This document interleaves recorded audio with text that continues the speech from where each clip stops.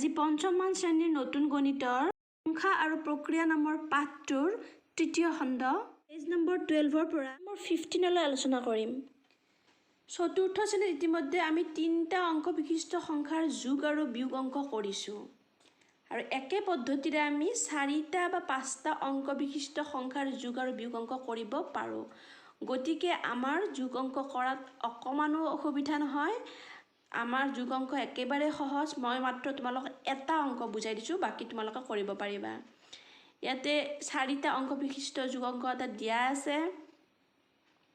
মই অকণমান বুজাই দিছোঁ যে 7 আৰু 3 যোগ কৰিলে আমি পাওঁ 10, 10ৰ 0 থাকিল 1, 1টো ইয়াতে দেখুৱাই দিয়া হৈছে যে আমাৰ এইটো বাকী থাকিছে। 8 আৰু 9 যেতিয়া আমি যোগ কৰোঁ 8, 9, 17 আৰু বাকী 1টোৱেদি হৈছে আমাৰ 18, 18, 8 হাতত থাকিল 1। আকৌ 6 লগত 3 যোগ কৰিলে আমি পাওঁ 9, 9ৰ লগত 1 হ'ব 10, 10ৰ 0 হাতত থাকিল 1। আকৌ ইয়াতে আছে আমাৰ 8 হাতৰ 1দি 9। যোগ অংক একেবাৰে সহজ। তোমালোকে যোগৰ নেওতাখন ভালদৰে জানিলে যোগ অংকবোৰ কৰিব পাৰিবা। বিয়োগ অংক তোমালোকে ইতিমধ্যে কৰিছাই তৃতীয় শ্ৰেণীত, কিন্তু ইয়াতে এটা কথা আছে যে এইসমূহ বিয়োগ হৈছে ধাৰে অনা বিয়োগ। আমি ধাৰ কৰিব লাগে এই বিয়োগসমূহ। গতিকে অকণমান তোমালোকে দিগদাৰ পাবা। ধুনীয়াকৈ ইয়াতে 3টা দিয়াই আছে, মই মাত্ৰ এটা বুজাই দিছোঁ। এতিয়া এই অংকটোৱে ধৰা ওপৰত 7 আছে, তলত 9। আমি সকলোৱে জানো যে আমি সৰুৰ পৰা ডাঙৰ বিয়োগ কৰিব নোৱাৰোঁ, ডাঙৰৰ পৰাহে আমি সৰু বিয়োগ কৰিব পাৰোঁ। গতিকে আমি ইয়াৰ পৰা 1 ধাৰ কৰি লৈ যাম, আমি 17 পাম। 17ৰ পৰা 9 গ'লে 8, হাতত আমাৰ কিমান থাকিব? আমি ইয়াতে 8 পাতিম, আমাৰ হাতত 1 থাকিব। যিহেতু ইয়াৰ পৰা আমি 1 ধাৰ কৰি লৈ গৈছিলোঁ, গতিকে ইয়াতে 5 থাকিব। 5ৰ পৰা 2 গ'লে 3 আৰু 4ৰ পৰা 3 গ'লে থাকিব 1। গতিকে এনেকৈ ধাৰ কৰা বিয়োগবিলাক যদি তোমালোকে কৰি যোৱা, তোমালোকে নিশ্চয় কৰিব পাৰিবা। চিন্তা কৰা আৰু কি হ'ব উলিওৱা। ইয়াতে কেইটামান সংখ্যা দিয়া আছে আৰু আমাক চিন্তা কৰি লিখিব দিছে। আমি বেছি চিন্তা কৰিব নালাগে, কাৰণ উত্তৰটো ইয়াতেই আছে। 1 নম্বৰটো ধৰাচোন 3217 যোগ 9673 সমান 12890। আকৌ একেখিনি সংখ্যাকে আমাক ইয়াতে বিয়োগ কৰিব দিছে। কেনেকৈ? এই মুঠ 12890ৰ পৰা 9673টো আমাক বিয়োগ কৰিব দিছে। তেনেহ'লে আমি উত্তৰ কোনটো পাম? 3217। আমি বেছি আকৌ চিন্তাই কৰিব নালাগে, কিয়নো একেখিনিয়ে সংখ্যা দিয়া আছে, মাত্ৰ আমি ইয়াতে যোগ কৰি দিছে আৰু ইয়াৰ যিটো মুঠ হ'ব, মুঠটোৰ পৰা ইয়াৰ এটা সংখ্যা বিয়োগ কৰিব দিছে। তেনেহ'লে ইয়াৰ এটা সংখ্যা বিয়োগ কৰিলে আমি কোনটো পাম? আনটো সংখ্যা পাম। ঠিক তেনেদৰে বাকীকেইটা সংখ্যাও 7612 যোগ 2892 আমি পালোঁ 10504। এতিয়া 10504ৰ পৰা যদি 7612টো বিয়োগ কৰা হয়, আমি কি পাম? আকৌ এইটো সংখ্যাই পাম, 2892। 8292ৰ পৰা আমি 6479টো যদি বিয়োগ কৰোঁ, আমি পালোঁ 1813। আকৌ 6479ৰ লগত 1813টো যোগ কৰোঁতে আমি কোনটো সংখ্যা পাম? আমি পাম 8292। 9678ৰ পৰা 3859 বিয়োগ কৰিলে আমি পাইছোঁ 5819। তেনেহ'লে 3859ৰ লগত যদি আমি 5819টো যোগ কৰোঁ, আমি তেনেহ'লে কোনটো পাম? 9678। সমস্যাবোৰ সমাধান কৰিবলৈ চেষ্টা কৰা। এই দুটা সংখ্যাৰ যোগফল 1283, তাৰে এটা 28239 হ'লে আনটো কিমান হ'ব? এতিয়া আনটো উলিয়াব লাগিলে আমি কি কৰিব লাগিব? 41283ৰ পৰা 28239টো বিয়োগ কৰিব লাগিব। তেতিয়াহ'লে আমি আনটো পাই যাম। আমি 41283ৰ পৰা 28239টো বিয়োগ কৰোঁতে পালোঁ আমি 13044। বি 67192 আৰু 73841ৰ মাজত পাৰ্থক্য কিমান? এতিয়া পাৰ্থক্য মানেও হৈছে বিয়োগেই। এতিয়া আমি সকলোৱে জানো আমি ডাঙৰ সংখ্যাটোৰ পৰা সৰু সংখ্যাটো বিয়োগ কৰিম। গতিকে আমি বিয়োগ কৰি কিমান পালোঁ? যিমান পাওঁ সেইটোৱে হ'ব ইয়াৰে উত্তৰ। গতিকে ৭৩,৮৪১ পৰা ৬৭,১৯২টো বিয়োগ কৰিলে আমি পালোঁ ৬,৬৪৯। চি ৩২,৭২১, ৪০,৬২১ আৰু ৭২,৯০১ৰ যোগফল নিৰ্ণয় কৰা। আমাক যোগফল মানে আটাইকেইটা আমাক যোগ কৰিব দিছে, যোগ কৰিব আমি সকলোৱে জানো। যোগ কৰোঁতে আমি পালোঁ ১৪,০৬,২৪৩। ডি ২৮,৭০৯ৰ লগত কি যোগ কৰিলে যোগফল ৭৮,২৩৯ হ'ব? এতিয়া কি যোগ কৰিলেতো আমি নাজানো, গতিকে আমি কি কৰিম, আমি ডাঙৰ সংখ্যাটোৰ পৰা আমি এই সংখ্যাটো বিয়োগ কৰিম। আমাৰ যিটো সংখ্যা ওলাব সেইটোৱে হ'ব এই দুইটা সংখ্যাৰ যোগফল। এতিয়া আমি ৭৮,২৩৯ৰ পৰা ২৮,৭০৯টো বিয়োগ কৰোঁতে আমি পালোঁ ৪৯,৫৩০। এতিয়া যদি আমি ২৮,৭০৯ৰ লগত ৪৯,৫৩০টো যোগ কৰি চাওঁ তেনেহ'লে আমি এইটো সংখ্যা পাম। তাৰমানে আমাৰ উত্তৰ হ'ব এইটো। তোমালোকে নিশ্চয় আটাইকেইটা অংক ভালদৰে বুজি পালা আৰু নিজৰ বহীত ভালদৰে পাতি ল'বা। বিয়োগফল চোৱা আৰু চিন্তা কৰি বাকচত সঠিক অংক বহুওৱা। ইয়াতে আমাৰ বিয়োগ অংক ৪টা দিয়া আছে আৰু আমাৰ খালী বাকচ কেইটামান দিয়া আছে। এই খালী বাকচ কেইটাত কি সংখ্যা হ'ব আমাক চিন্তা কৰি বহুৱাব দিছে। এতিয়া আমি এইটো চাম। আমাক 3টা খালী বাকচ দিয়া আছিল, আমি ইয়াতে সংখ্যাকেইটা ভৰাইছোঁ। প্ৰথম কথা হ'ল যে 6 ইয়াতে ধৰি লোৱা হ'ল এইটো খালী বাকচ, তলত 2 আছে। আমি ইয়াতে 4 বুলি কেনেকৈ গম পাম? এনেই আমি সকলোৱে জানো যে 6ৰ পৰা 4 গ'লে 2 থাকে, কিন্তু আমি অংক আকাৰে যদি কৰিব লাগে আমি কেনেকৈ কৰিম? আমি এইটো আমি 6ৰ পৰা 2 যদি আমি বিয়োগ কৰি দিওঁ তেতিয়া আমি 4 পাম। তাৰমানে এইটোৰ উত্তৰ হ'ব 4। আমি যদি 6ৰ পৰা 4 বিয়োগ কৰোঁ তেনেহ'লে আমি 2 পাম। ঠিক তেনেকৈ এই দুটা দিয়াই আছে। 4ৰ পৰা 1 গ'লে 3, 3ৰ পৰা 2 গ'লে থাকিল 1।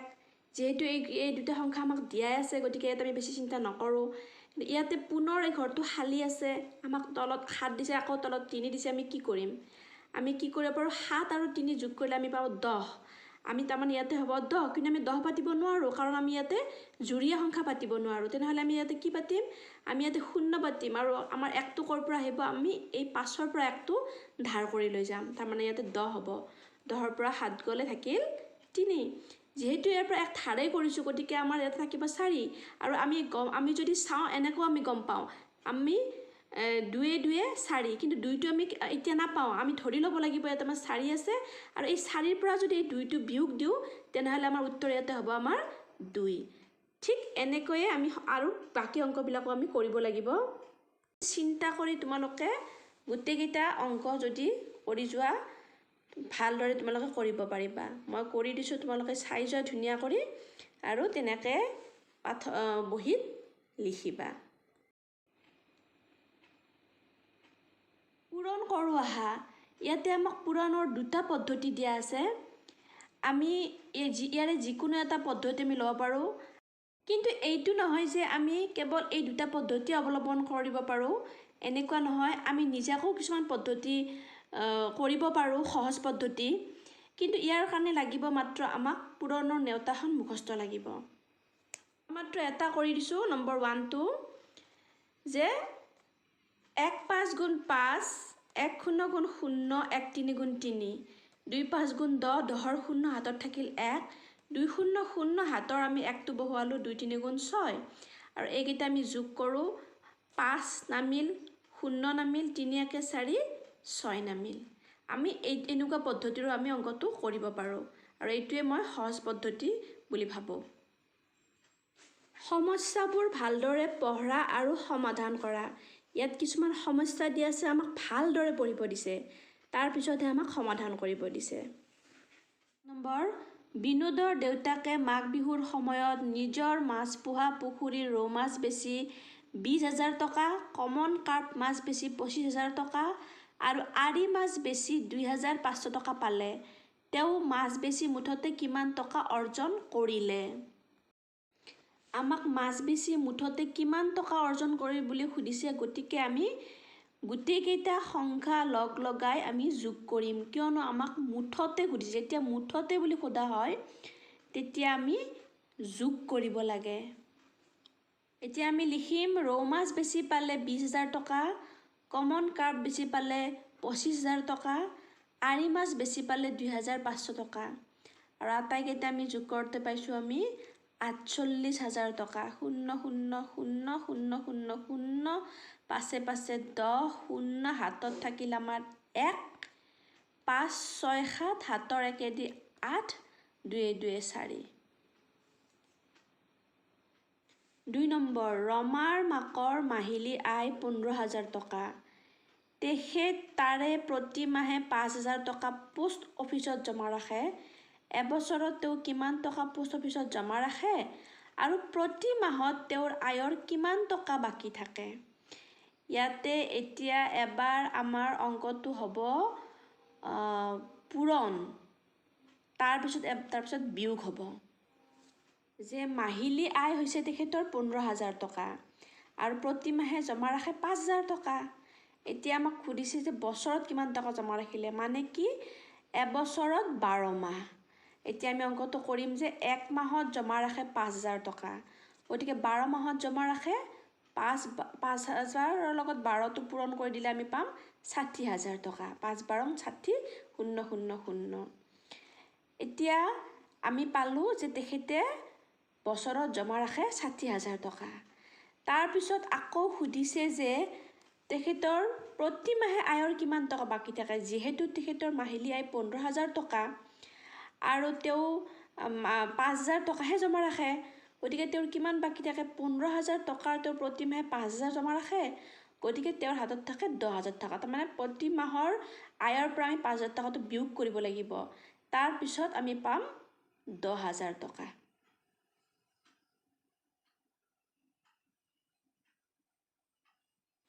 3 নম্বৰ 25,000 আসনৰ ক্ষমতা থকা এখন ষ্টেডিয়ামত ফুটবল মেচ এখন চাবলৈ 22,345 জন দৰ্শক উপস্থিত আছিল ষ্টেডিয়ামখনত সেইদিনা কিমান আসন খালী আছিল এতিয়া ষ্টেডিয়ামখনত আসনৰ ক্ষমতা আছে 25,000 আৰু দৰ্শক উপস্থিত আছিল মাত্ৰ 22,345 আৰু কিমান আসন খালী থাকিব তাৰ মানে মুঠ সংখ্যাটোৰ পৰা আমি এই যিটো সংখ্যা দৰ্শক উপস্থিত আছিল আমি বিয়োগ কৰিব লাগিব তেতিয়া আমি অন্য সংখ্যাটো পাম মানে আমি ষ্টেডিয়ামত কিমান সংখ্যা খালী আছে আসন খালী আছে আমি গম পাই যাম তাৰ মানে এই অংকটো হ'ব বিয়োগ আসনৰ ক্ষমতা হ'ল 25,000 দৰ্শক উপস্থিত হ'ল 22,345 আমি বিয়োগ কৰোঁতে পালোঁ 2,655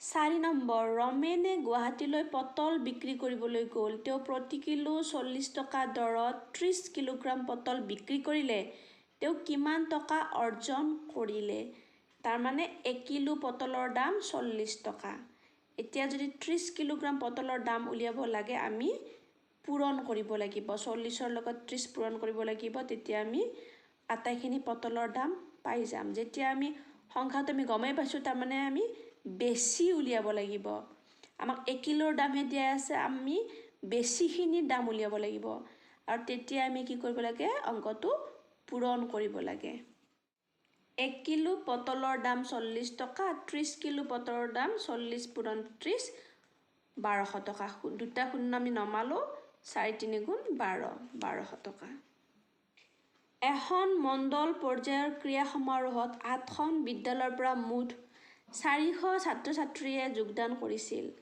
প্ৰতিখন বিদ্যালয়ৰ পৰা সমান সংখ্যক অংশগ্ৰহণকাৰীয়ে যোগদান কৰিলে প্ৰতিখন বিদ্যালয়ৰ যোগদানকাৰী ছাত্ৰ ছাত্ৰীৰ সংখ্যা কিমান আছিল মণ্ডল পৰ্যায়ৰ যিটো ক্ৰীড়া সমাৰোহ হৈছিল তাত 8খন বিদ্যালয়ৰ পৰা 400 ছাত্ৰ ছাত্ৰীয়ে যোগদান কৰিছিল এতিয়া আমি তাৰমানে আমাক কোৱা নাই যে কোনখন বিদ্যালয়ৰ পৰা কিমান আহিছে কিন্তু এটা কথা আমাক কৈছে যে সমান পৰিমাণৰ ছাত্ৰ ছাত্ৰী আহিছে এতিয়া আমি তাৰমানে প্ৰতিখন বিদ্যালয় মানে এখন বিদ্যালয়ত কিমান ছাত্ৰ ছাত্ৰী অংশগ্ৰহণ কৰিছে আমি এইটো উলিয়াব লাগে আমাক বেছিখিনি দিছে 400 দিছে আমি ইয়াতকৈ কম উলিয়াব লাগে 8খন বিদ্যালয়ৰ আমাক সংখ্যা দিছে আমি মাত্ৰ এখন বিদ্যালয় উলিয়াব লাগে তেতিয়া আমি যেতিয়া আমি কম উলিয়াব লাগে আমি অংকটো হৰণ কৰিব লাগে বিদ্যালয়ৰ সংখ্যা 8খন, যোগদান কৰা ছাত্ৰ ছাত্ৰীৰ সংখ্যা 400 জন। প্ৰতিখন বিদ্যালয়ৰ যোগদানকাৰী ছাত্ৰ ছাত্ৰীৰ সংখ্যা হ'ল 400 হৰণ 8। 400ক যেতিয়া আমি 8ৰে হৰণ কৰিম তেতিয়া আমি পাম 50 জন। মানে প্ৰতিখন বিদ্যালয়ৰ পৰা 50 জনকৈ ছাত্ৰ ছাত্ৰীয়ে অংশগ্ৰহণ কৰিছিল। তোমালোকৰ সংখ্যা আৰু প্ৰক্ৰিয়া নামৰ পাঠটোৰ আজিৰ পৰা ইমানতে অন্ত পৰিল। ধন্যবাদ।